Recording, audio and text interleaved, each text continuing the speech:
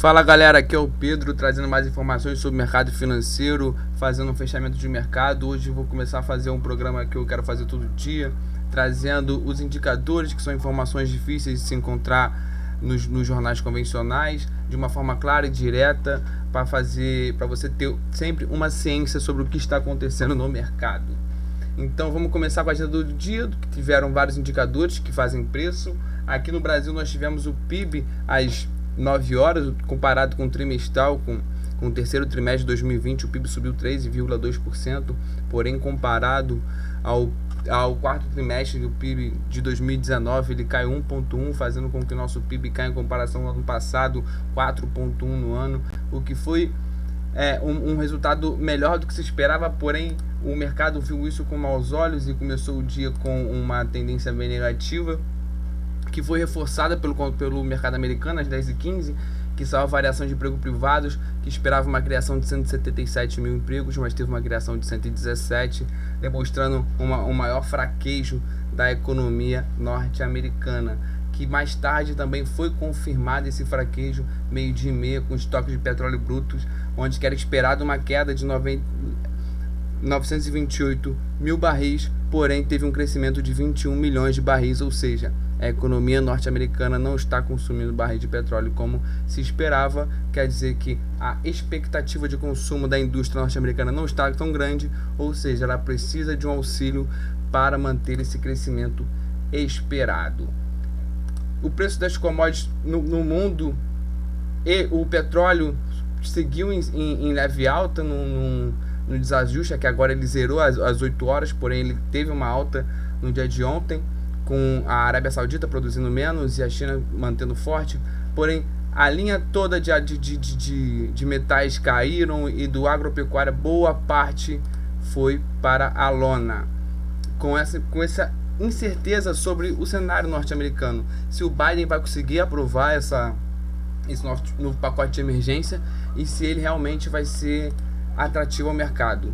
Agora, observando tudo isso, nós imaginaríamos que o mercado seria todo para baixo, porém nós temos o fator Brasil, que nós brasileiros somos separados do mundo, e é claro, graças apenas a um tweet feito às 4h25 da tarde, o presidente da Câmara, Arthur Lira, deixou claro que não vão votar nada sobre que fure o teto de gastos do ajuste fiscal, ou seja, deu uma estabilidade maior ao fiscal do Brasil, com que uma obrigatoriedade com o cumprimento daquele cronograma já pré-estabelecido no projeto de governo,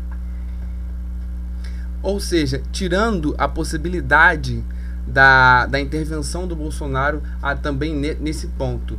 O que aconteceu com isso? Nós podemos ver aqui no índice, às 4h30, olha o movimento que teve. Eu nunca vi um movimento desse nível, nessa proporção, andar 4.000 pontos em linha reta, 4.800 pontos, eu nunca vi isso. Isso foi algo inédito para mim. Olha que eu trabalho com o mercado financeiro há anos, mais de 5.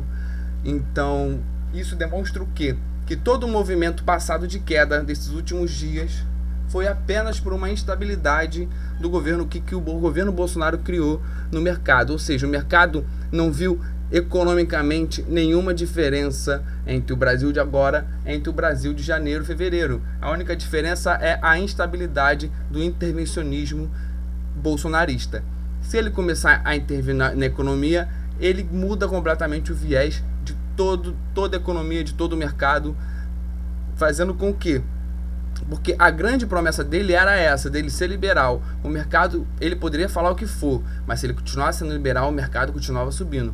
A única coisa que ele não poderia ser é deixar de ser liberal, e foi o que ele começou a fazer nessa onda intervencionista que começou com a Petrobras. Agora, vindo aqui no mini índice, o mercado abriu aqui em leve gap de alta. Ele já fez uma correção aqui, do qual essa correção com a perda dessa mínima aqui já daria uma venda. Seria uma venda bonita no caso, porque ele testou a VWAP, perdeu a VWAP, testou a média de 20, não suportou, perdeu a média de 20, já fazendo uma venda aqui, foi um risco de retorno muito bom. Aqui rolou uma congestão, entendeu? Com o rompimento dela, não foi uma operação muito boa, porque ela estava entre a média de 200 e um suporte muito forte, então não foi uma operação muito segura. A operação mais segura seria aqui o rompimento desse suporte, que veio a finalizar dentro de mais uma congestão, que durou aí de meio-dia a 3 horas. Posteriormente, ela fez um rompimento também muito fraquejado, que não foi um movimento de queda muito nítido, porém grande. Hoje foi um dia bom para quem opera, porque se pegou esses dois movimentos aqui, já pegou praticamente 1.000 pontos, 2.000 pontos, então já era para fechar o dia. Só que quem teve a oportunidade de pegar esse micro pivô de alta, que seria um micro pivô de alta nesse rompimento, teve a grande surpresa de ocorrer isso. E quem conseguiu aproveitar a volatilidade, que é algo bem difícil, também conseguiu ter um dia ótimo.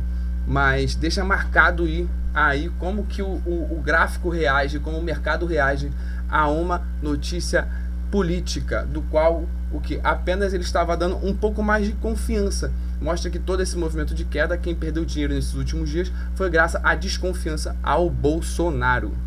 Então vou destacar aqui também com vocês as ações que tiveram maior, que um cenário pior no caso. Essa agora aqui é da B2W, BTOW, desculpa, ela tá perdendo uma congestão muito forte, ela tem um alvo aqui próximo à última a mínima, então no caso, ela ainda tem um movimento ainda de 12% para um movimento de 11% para cair.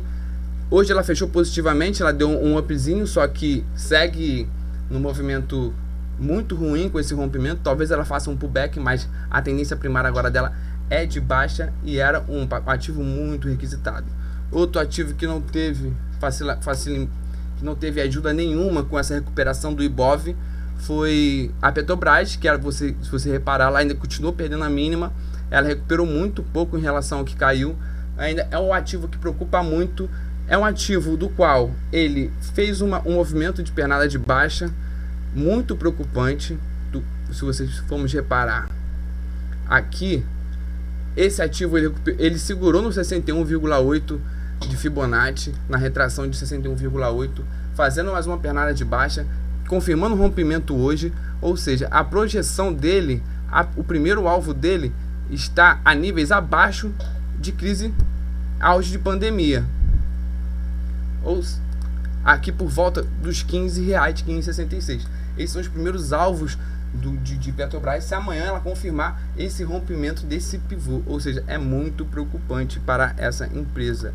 Agora, empresas que foram bem, mesmo nesse cenário ruim, instabilidade política, foram graças ao commodity, bem provavelmente. A Uzi Minas, ela está fazendo um rompimento de um diamante, até pode ser considerado um pivô de alta, só que mais longo, no qual tem uma projeção muito favorável também à empresa, porque o minério de ferro vem crescendo muito, vem junto com a China, com a estabilidade da China, tendo uma projeção bem alta para cima, porque é uma pernada bem grande. Então é um papel muito promissor para o futuro, mesmo com essa estabilidade do Ibov. A Embraer também vem num cenário parecido, do qual ela vem de uma pernada de alta, está fazendo aqui um pullback no 61,8, é igual a Petrobras, só que pro lado para cima. Se ela romper esse topo aqui, também pode ter uma projeção muito favorável.